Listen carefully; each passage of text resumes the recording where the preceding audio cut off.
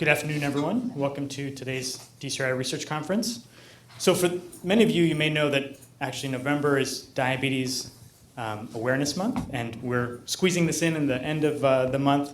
And this year's message is, be smart about your heart. And we couldn't have asked for a better speaker to help us understand the relationships between diabetes and cardiovascular disease and some of the exciting work that DCRI is a part of. Dr. Green completed her undergraduate and medical degrees at the University of Virginia prior to coming to UNC, where she finished her internal medicine residency in 1996, followed by a fellowship in endocrinology here at Duke, finishing in 1998. And she's been here since, rising through the ranks, is now an associate professor of medicine. She's been chief of endocrinology, metabolism, and nutrition at the VA since 2002.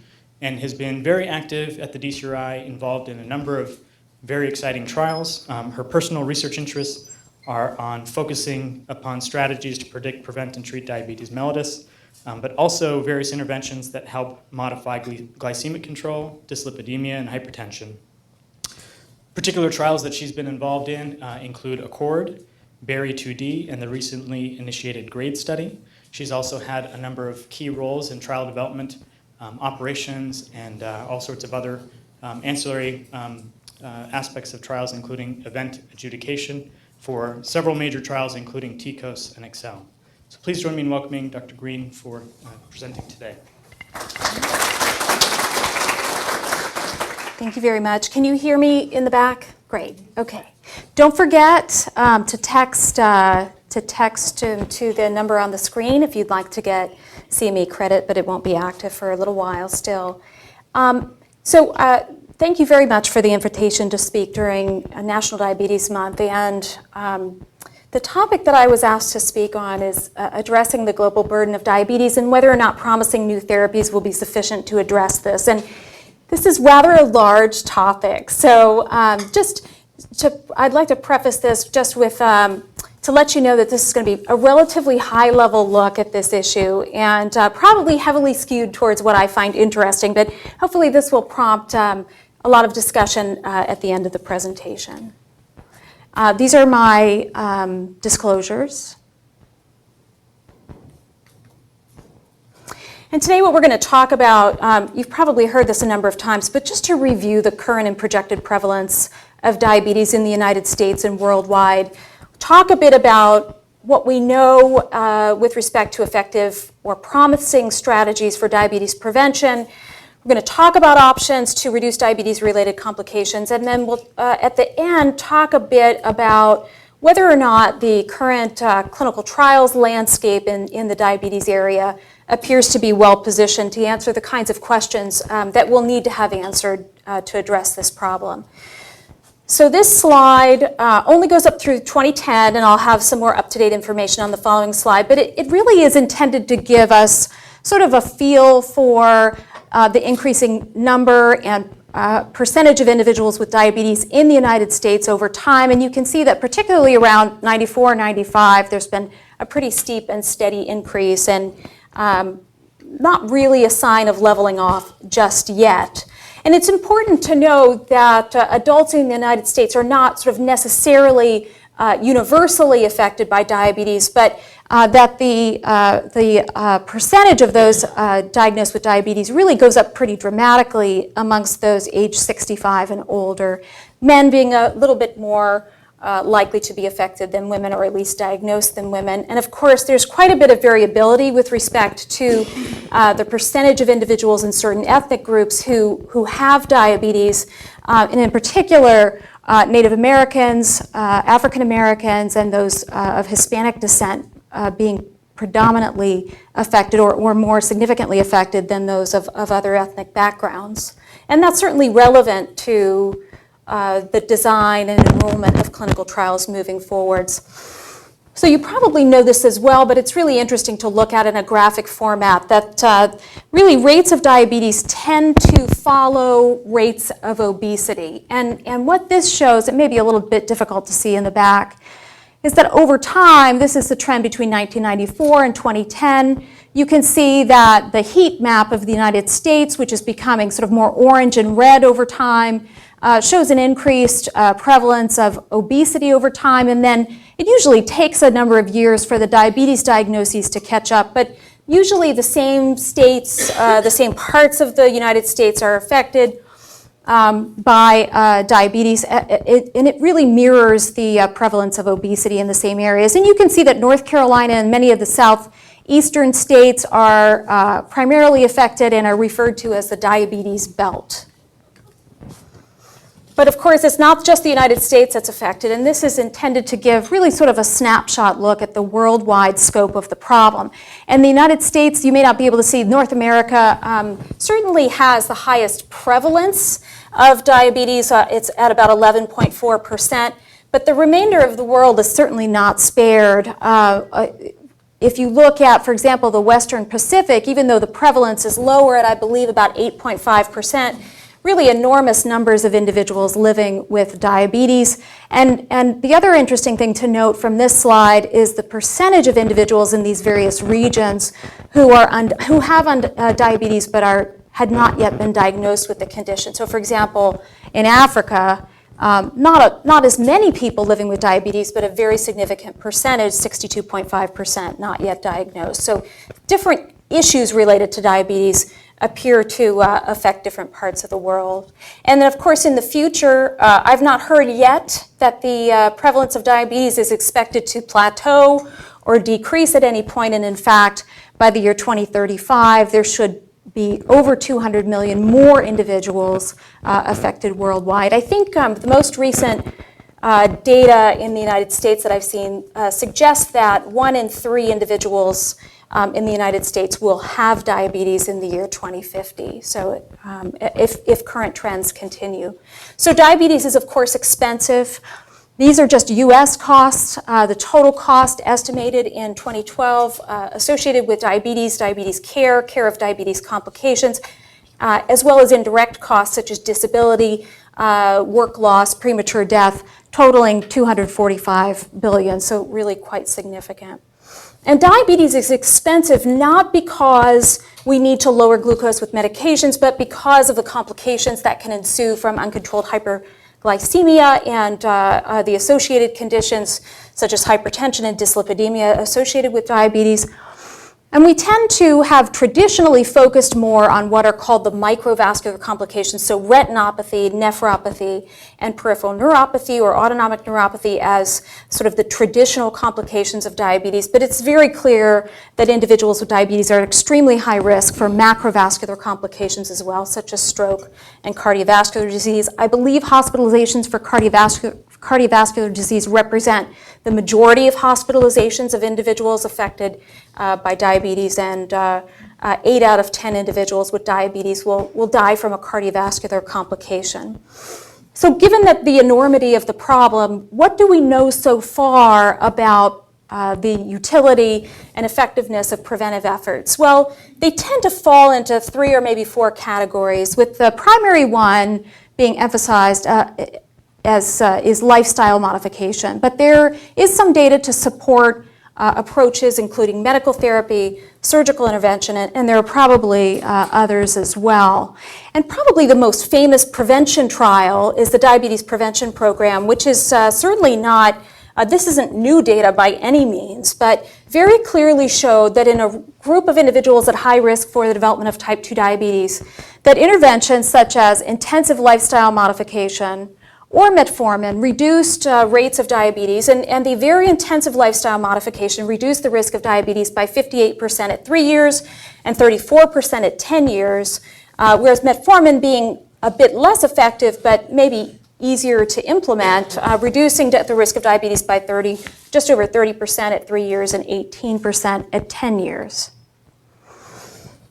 You tend not to hear as much about the use of the thiazolidinediones in diabetes prevention for a variety of different reasons, but people tend to forget that triglycerin was also one of the randomized treatments in this, assigned treatments in this diabetes prevention program. Now that therapy had to be discontinued very early on in the trial because that medication was associated with significant risk of hepatotoxicity. But interestingly, during the period of time that individuals were still taking that medication, the thiazolidinedione appeared to reduce the risk of conversion to type 2 diabetes most significantly. However, even though the newer agents in this class appear much less likely to be hepatotoxic, there are other side effects associated with that class of drugs, such as volume expansion, increased risk of congestive heart failure, fractures, et cetera, that really have limited the utility and certainly the acceptance of the use of that class of drugs in a preventative sense.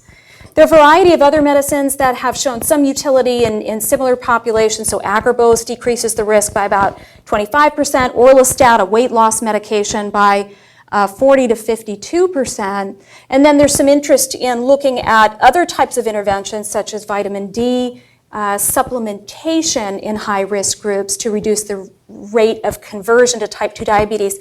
This is a little tough. It's a good thing that this trial is being performed. Vitamin D levels tend to be kind of a marker of good overall health. And when you check, measure vitamin D levels across a population, the people who are healthier often have, or at lower risk for disease such as diabetes, often tend to have higher or certainly normal vitamin D, whereas those who have low vitamin D levels tend in general to have more medical problems. What's not clear is whether or not actual vitamin D replenishment or therapy reduces the actual risk of those disease in a controlled clinical trial. So this is an NIDDK-funded study. There is a site here. We'll determine whether or not vitamin D supplementation with ergocalciferol 4,000 international units a day compared to placebo will reduce the risk of conversion to type 2 diabetes. So that's certainly very promising. This is certainly would be a very cost-effective intervention, but certainly remains to be seen whether or not this will be an effective approach. Perhaps most interestingly is the data from the bariatric surgery trials. Now, the difficulty in looking at this kind of information is that these are generally not data collected from randomized controlled trials, but essentially they take a group of people who are obese and at risk for type 2 diabetes, and then some of them get surgery, and then their results, their outcomes are compared to those similar patients who did not undergo bariatric surgery. So there's certainly significant limitations to our ability to determine the effectiveness of bariatric surgery in diabetes prevention, but it really, at least this data looks really quite impressive, with an estimated risk reduction of almost 80% in individuals who are obese, and even higher rates of risk reduction, so 87% risk reduction in obese patients with impaired fasting glucose. And very interestingly, some very recent data suggests that that benefit may even convey to those individuals who weren't really heavy enough to meet the guidelines for bariatric surgery in the first place. And so this may be something that could be explored in individuals moving forward who are at high risk for diabetes, but perhaps not as heavy as the group that we've traditionally considered for bariatric surgery. So, having gone through all this, what's the problem? Why are the rates of diabetes still so high and ever climbing? Well, for one thing, when we talk about lifestyle is fairly hard to implement and sustain, and it's been very difficult to reproduce the impact of the lifestyle intervention in the diabetes prevention program out in usual clinical practice. It's very resource heavy. There have been some trials demonstrating success using methods of correspondence like email or texting to participants, but that obviously isn't going to be an option for everyone, and certainly not for many of the parts of the world that are highly affected by diabetes. But there are some limited attempts to translate that in a user-friendly way into kind of real life, but it's been with limited success so far. As I've alluded, so the safety and tolerability and sort of general medical acceptance of the medications used to prevent the development of diabetes in a high-risk population is kind of variable. And at the present time, the American Diabetes Association really only recommends consideration of metformin as a preventative intervention, and only in certain groups of individuals. And that's partly because metformin doesn't really seem to work very well in everyone. It really works best in people who are younger and heavier. So individuals who have diabetes, have pre-diabetes but have a lower body weight or who are older may not benefit at all. The other thing we don't know is we don't really know yet how effective these medications are in a preventative sense if they are used in addition to lifestyle modifications. So in the diabetes prevention program, you either got the intensive lifestyle modification support or you got medication. You didn't really get both.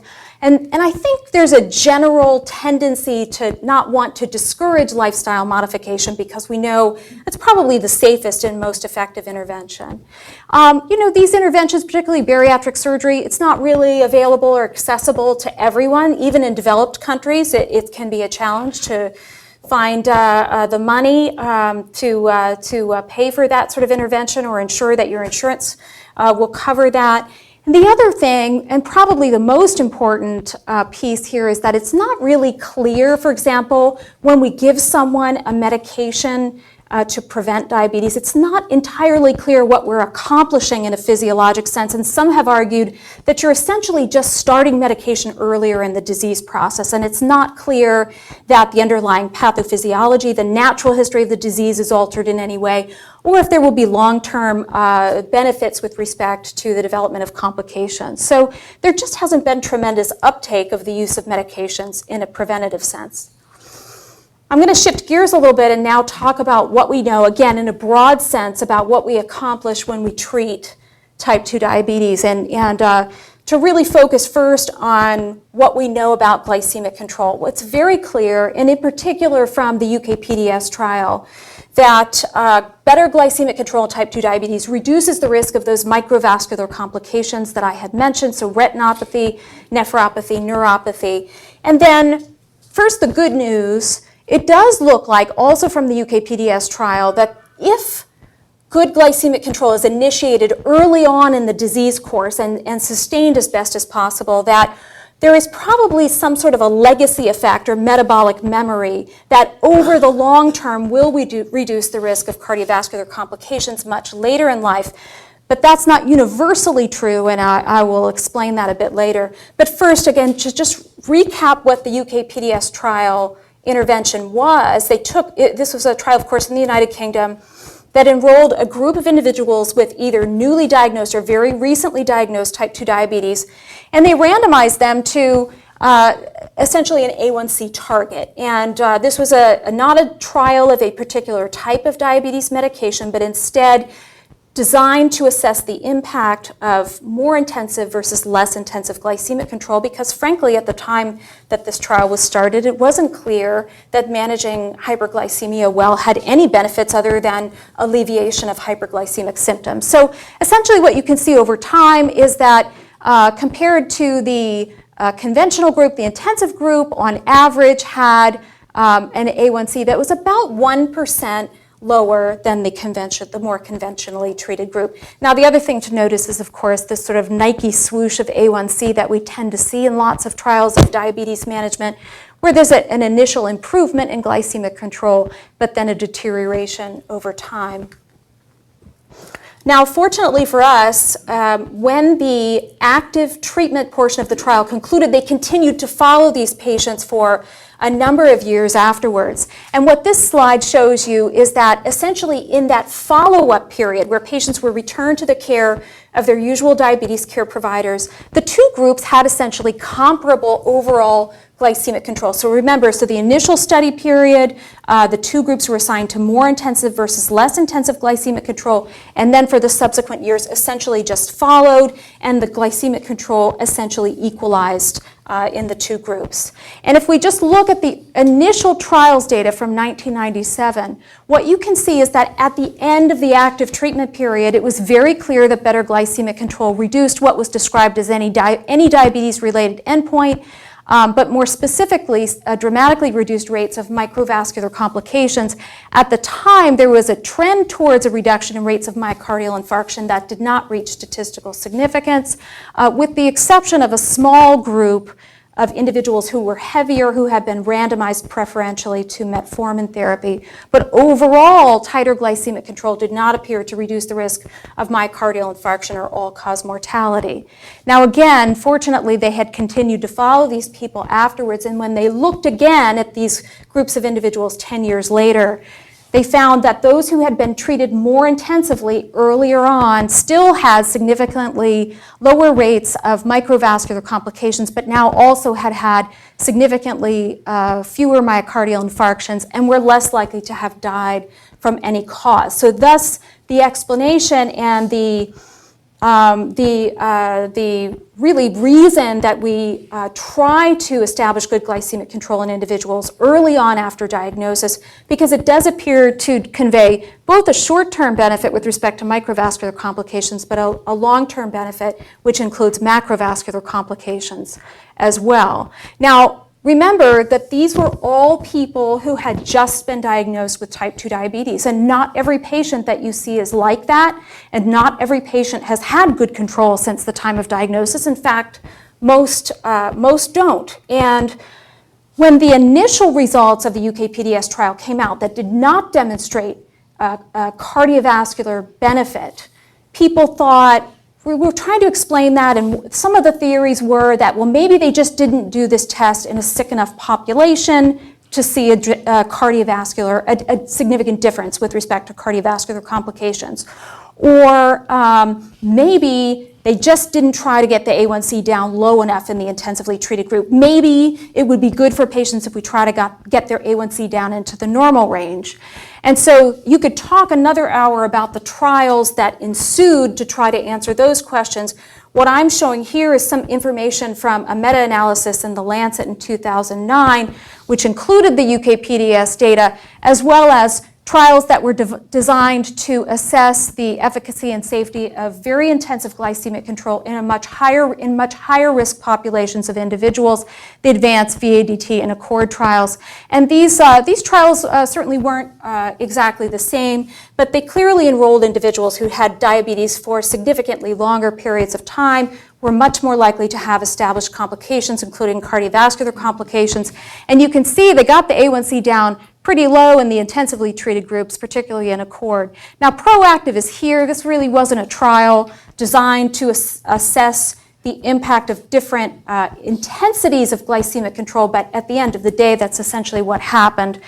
So that data tends to be included in meta-analyses of these type anyway. So if you really look at the data from all of these trials, which were large long-term trials, really specifically designed to assess cardiovascular rates of cardiovascular complications, you can see that tighter glycemic control does seem to be associated with a reduced risk of non-fatal myocardial infarction and what has been described as coronary heart disease events. So that intends to include things like cardiovascular procedures as well. However, there doesn't really seem to be a major impact on stroke. So greater intensity of glycemic control doesn't really seem to have a major impact on rates of stroke, although there's a fair amount of variability amongst the trials.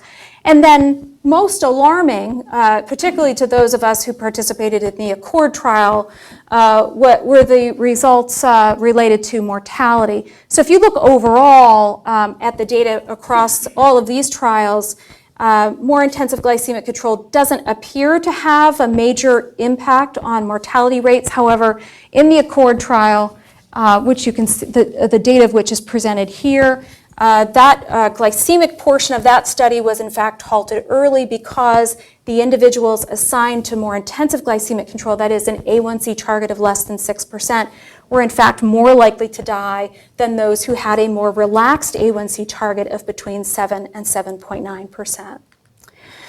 Now, some have argued that the UKPDS was the only trial that demonstrated that more intensive glycemic control can convey a mortality and cardiovascular benefit with confidence because it went on much longer than the other trials. But again, it is very difficult to discount any intervention which appears to increase rates of mortality.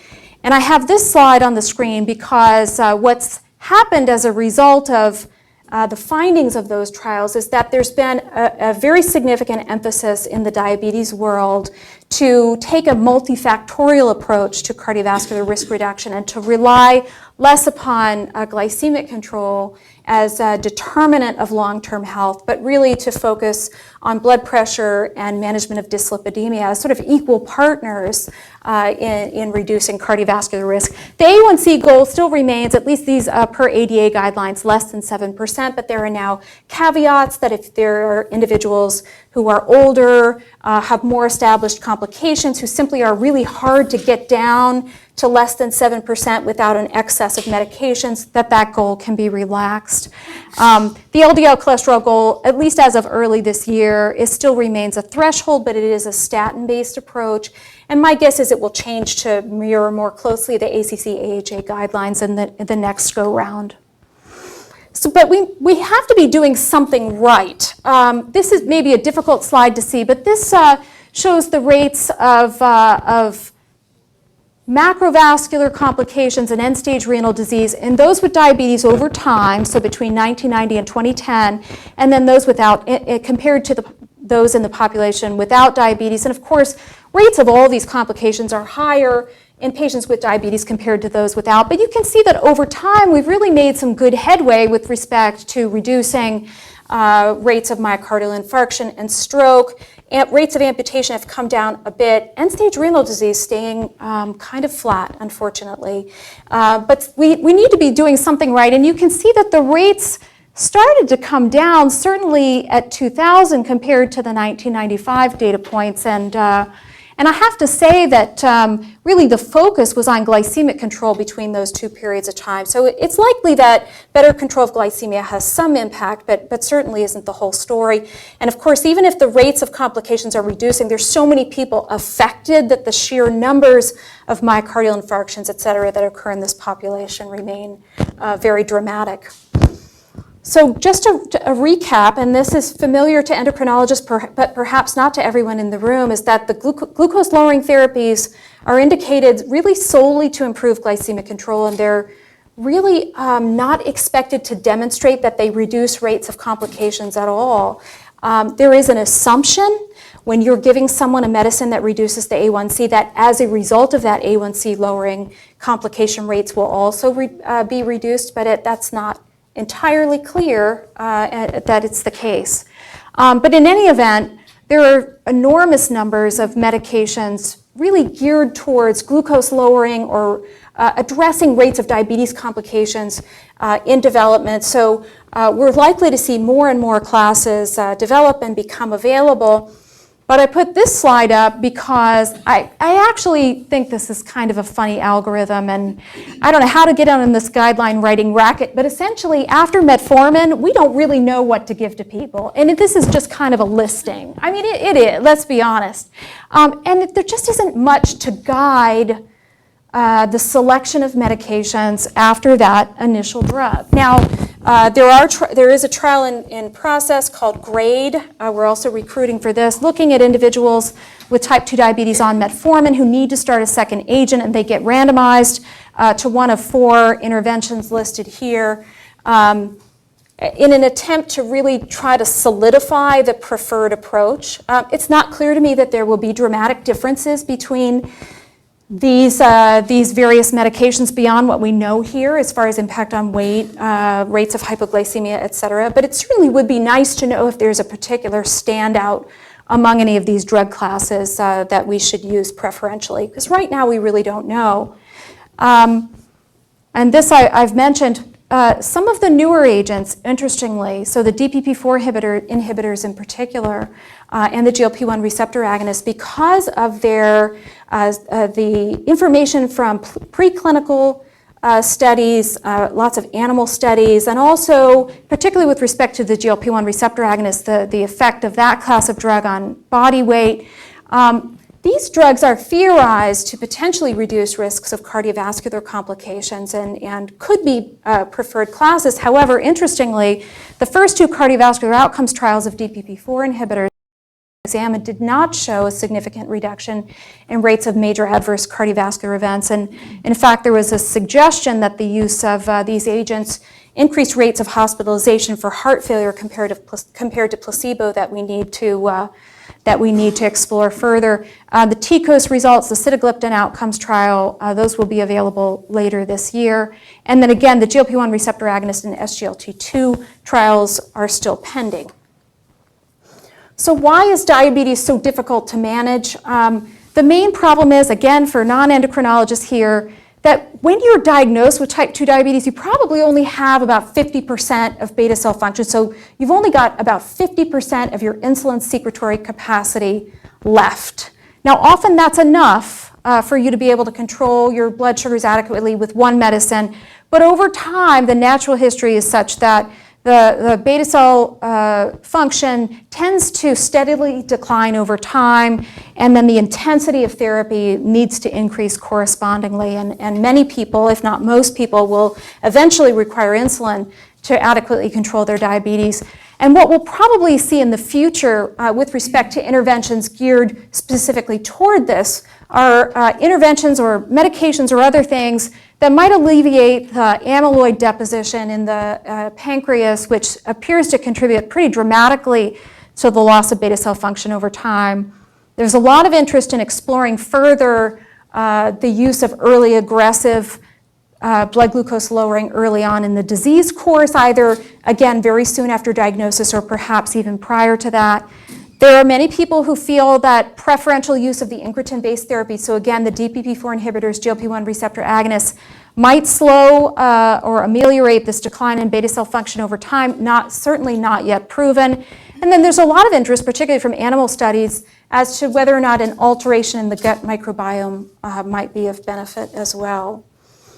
So the question is, are we really doing the kinds of studies that are going to answer these questions? And this is information from a publication last year, which I worked on with several other members of my division, Wanda Lakey, Karen Bernard, Brian Batch, as well as some of the statisticians from the DCRI group, Karen Chiswell and Asba Tasneem, looking at data from the clinicaltrials.gov data set, which was downloaded in late 2010. And essentially a database containing this information was made available. And what we did was, and then the group of trials that we focused on were those that had been registered between 2007, when the FDA required entering of really more extensive clinical trials information, again through late 2010, and then we spent quite a bit of time identifying mesh and non-mesh terms to pull out those trials which had, or as their primary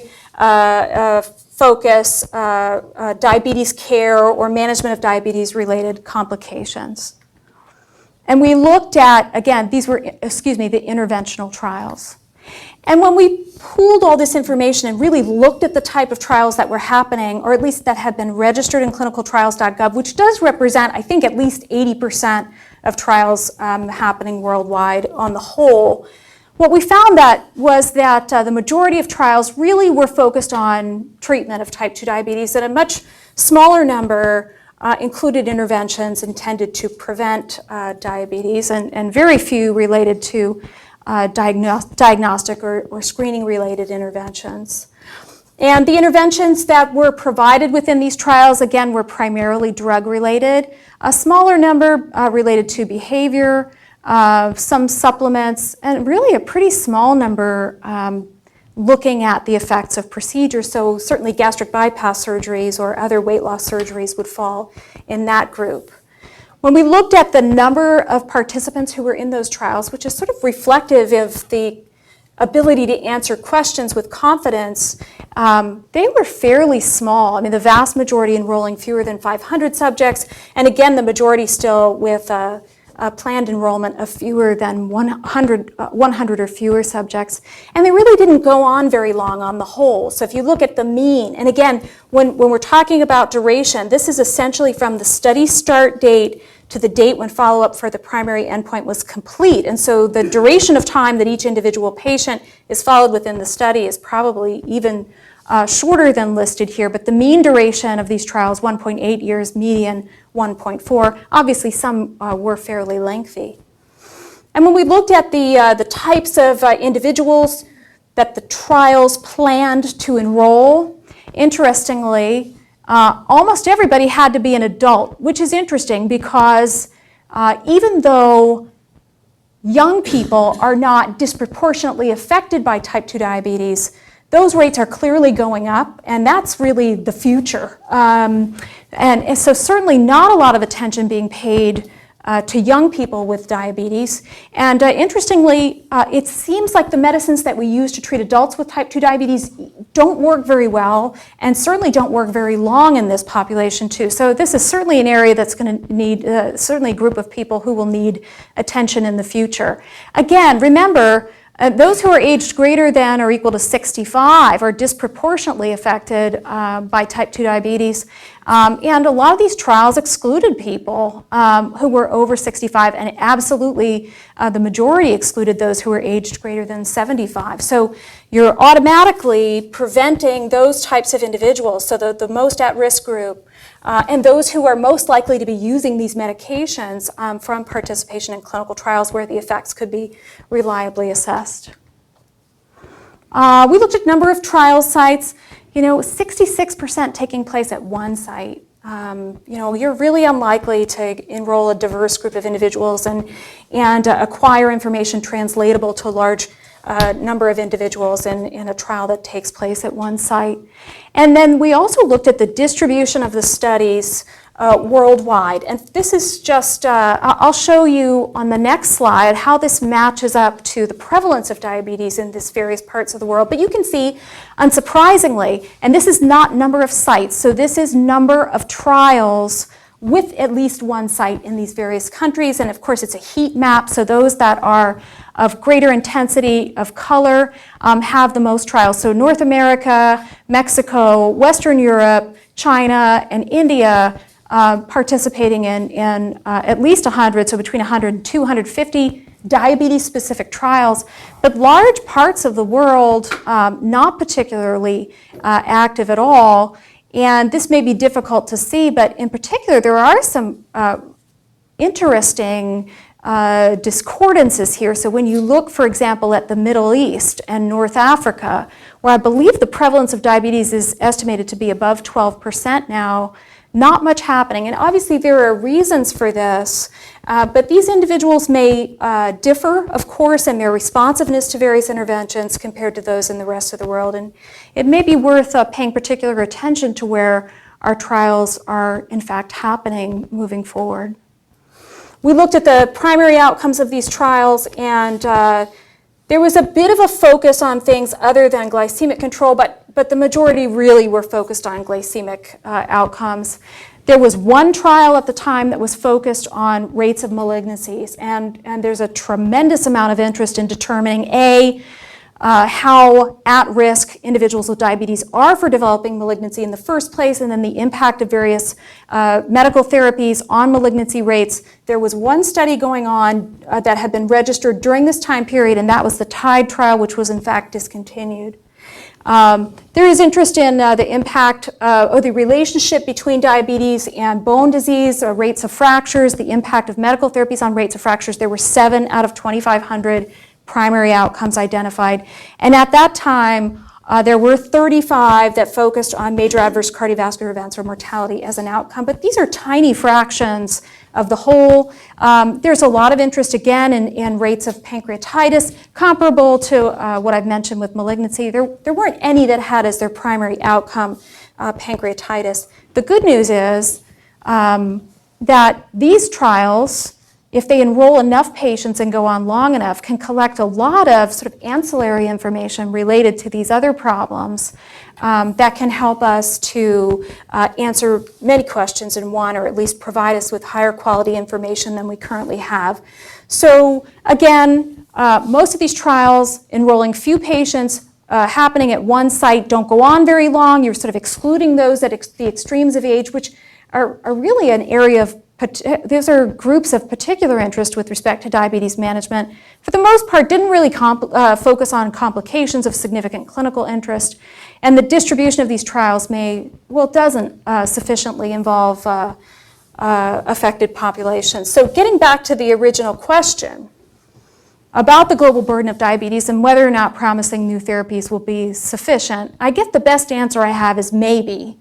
And it's going to be more likely to happen if we can focus on various things moving forward, including identification of high-risk individuals early, but only if we're going to do something about it, because it's probably of limited utility to identify millions and millions of people with prediabetes and just take no action whatsoever, and not to implement strategies that we know to be efficacious. If we can implement practical, effective, and cost-conscious preventive strategies, and that's going to require that trials be performed in parts of the world where, for example, patients are not going to get bariatric surgery. It's not an option. And then with respect to surgery itself, I think we're going to see a very significant emergence of surgical intervention as a real key player in the diabetes world. And we know, at least from the information available at present, it seems to be pretty effective in a preventive sense. Patients with diabetes who undergo bariatric surgery may experience a remission, and interestingly, it looks like it's more effective in resulting in remission if it's done very early on in the disease course. And so, again, just kind of sitting on people and treating them with strategies that aren't particularly effective is probably not a good overall game plan.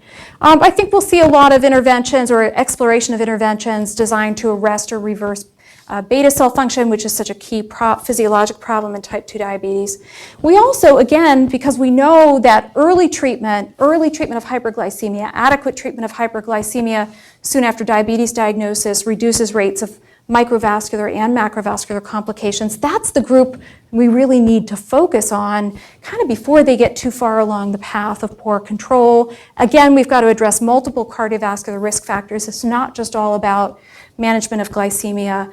Of course, we need to better understand the long-term impact of our therapies and really to answer the questions that we need to for all of the patients that we'll be treating in clinic. We've got to get, I've described them as the right patients in clinical trials, and we got to get some older people in, we need to get some young people in, and we need to get very diverse groups of individuals enrolled in these trials so that when we're faced with a choice of what medication to prescribe to a particular individual, that medication has been studied or that intervention has been studied in at least a handful of people who were relatively similar to them. But I like to close with this slide. Supposing is good, but finding out is better.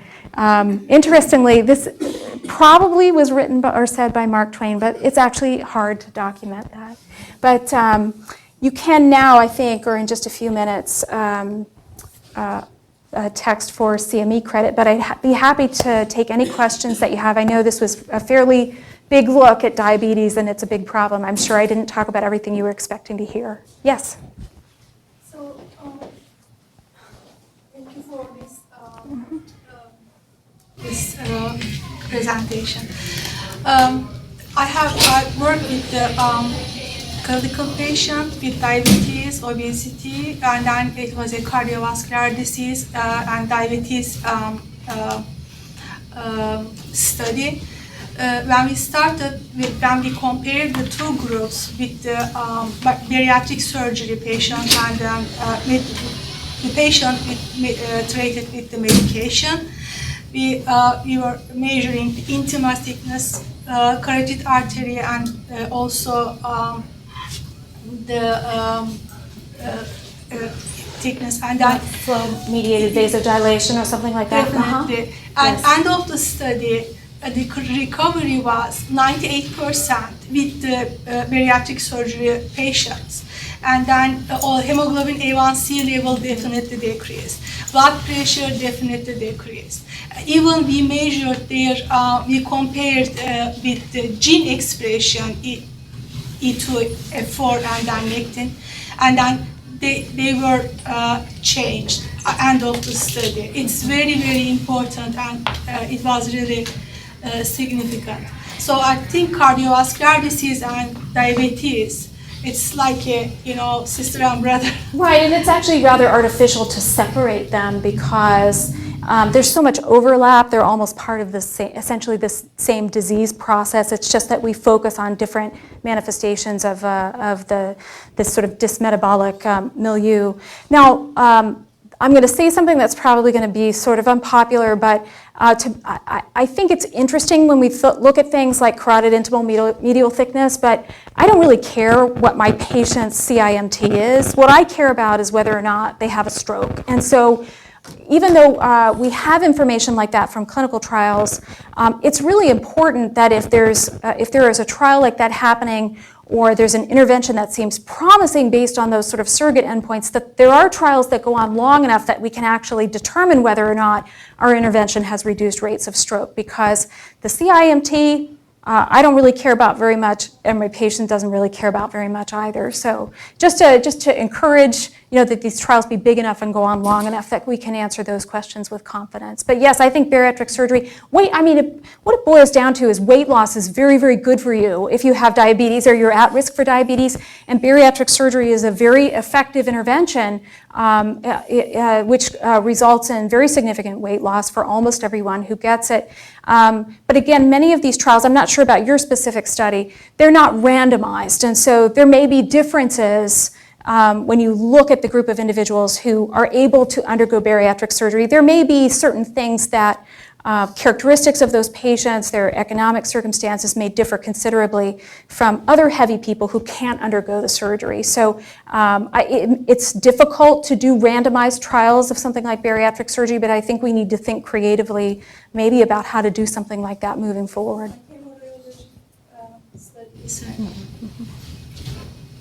Yes.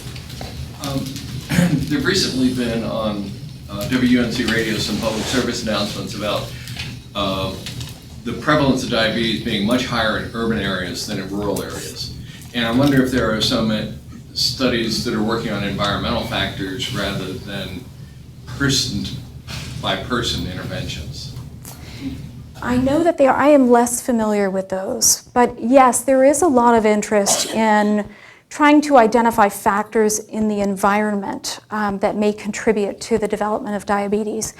And some of these are related to things like toxicity, potential toxins in the environment, and some of them simply have to do more with the lifestyle, or it's hard to differentiate economic status too from where you live to a certain degree. So yes, there's quite a lot of interest in that. It's difficult to know how amenable that kind of information will be to meaningful interventions.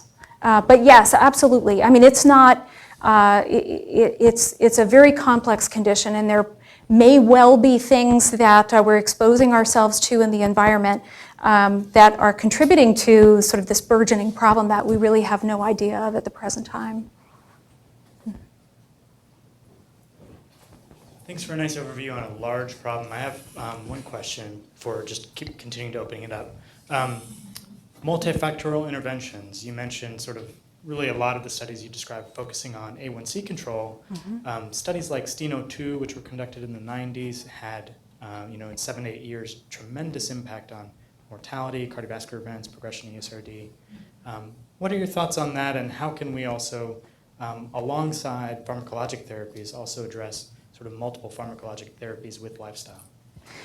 Right, so the Steno group was way ahead of the curve, and I think that group of individuals understood that we needed to look beyond glycemic control to keep our patients healthy over the long term, and those are really seminal studies that showed the effectiveness of this multi-pronged approach, primarily focusing on certainly glycemic control, but also really aggressive management of hypertension and fairly aggressive management primarily with statin therapy of lipids, as was appropriate for the time. And those were incredibly effective interventions. And I think the rest of the world has come around to that. It took us a while. I think there was an interest in trying to reproduce those kinds of results in larger trials. The Steno group's trials weren't necessarily particularly small. They were small. So there was certainly an interest in translating those results into larger groups of patients. But it's very clear And I see some of my fellows here, but often I'll tell them, anytime you sign out a patient with diabetes to me, I'm going to run their med list, and if the statin's not on there needs to be a really, really good reason why. Because there's essentially almost no reason for a patient with type 2 diabetes not to be on a statin at this point. With respect to lifestyle modification, that's really kind of the wild card. And it's easy to write a prescription for an antihypertensive and have it work as long as the person takes it, but lifestyle is very, very complex. And there are some potentially successful ways to translate, for example, the lifestyle intervention in the diabetes prevention program into the community. And I think that the YMCA seems to be a kind of a good practical avenue for individuals to receive lifestyle counseling and then have it consistently reinforced over time. And we'll see whether or not the engagement of the YMCA in those kinds of activities will have a meaningful impact on the population served. But lifestyle is very difficult. I wish I had the answer to that. I think there's, Americans, we don't like to deprive ourselves of anything. We don't like to have to say no. We don't have to, not have that piece of cake. And but I think moderation. I'm not a proponent of extreme lifestyle change or extreme diets, but just this continued emphasis on moderation and thoughtfulness with respect to lifestyle can go a long way, and just modest changes can be very effective, but easier said than done. Great, thank you. Yes? Do you have any public policy recommendations, specifically like around weight loss or any other risk factors that could reduce not only the prevalence, because when you said 1 in 3, looking forward, that sounds like a public health crisis to me. Well, it's definitely a public health crisis, and I'm going to generalize here, but in a person who's at risk for diabetes, so someone with prediabetes, for example, reducing their body weight by 10% appears to be a very meaningful preventative intervention. And so at-risk individuals don't have to lose down to a normal weight per se, but even a modest weight loss appears to really change the trajectory, but it needs to be sustained. And that's what is often most difficult. I think there are a variety of different recommendations out there for exercise. Remember that exercise is really, really good at helping people keep weight off once they've lost it. It's really difficult to lose weight through exercise because a pound is, I think, about 3,000 calories. It's hard to burn that many calories in excess of what you're eating through exercise alone. So the emphasis really has to be on a reduction in calorie intake to accomplish the weight loss, but then physical activity is certainly a key component in maintaining the lifestyle change over time. Another question? Great. I want to thank you for a great overview of a very large problem. This is a great way to close out November to raise our awareness of diabetes. We're going to kick off next. Yeah. Sorry. We're going to kick off next week's conference on Monday. It's a special session with Dr. John Bartlett to help us celebrate World AIDS Day. And he's got a special presentation for us. So it's on Monday, not Tuesday, same time, same location. Thank you. Yeah, thank you very much.